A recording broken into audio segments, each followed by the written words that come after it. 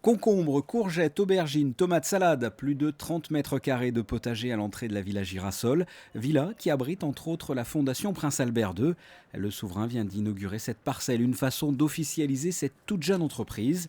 Terre de Monaco a pour but de faire de l'agriculture urbaine avec des potagers bio de fruits et légumes sur les toits, les terrasses, les balcons et les alentours de bâtiments en principauté et dans les communes limitrophes. L'origine, c'est de l'enfance. Mes parents avaient un potager et ça m'a laissé un vrai goût du fruit et du légume qui a poussé à terme de façon naturelle.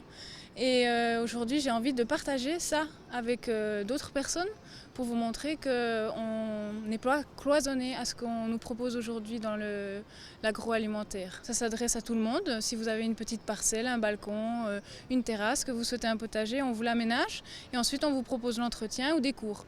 Et la deuxième façon de travailler avec Terre de Monaco, c'est en fait, vous avez une parcelle de plus de 100 mètres carrés et là, on exploite votre parcelle en échange d'un petit loyer ou bien alors des paniers de fruits et légumes. La fondatrice de Terre de Monaco est une jeune Suisse. Jessica a un background de commerce et travaille sur ce projet depuis 2 ans. Elle a fait appel à un financement participatif. Jessica a reçu entre-temps plusieurs formations dans différentes fermes bio.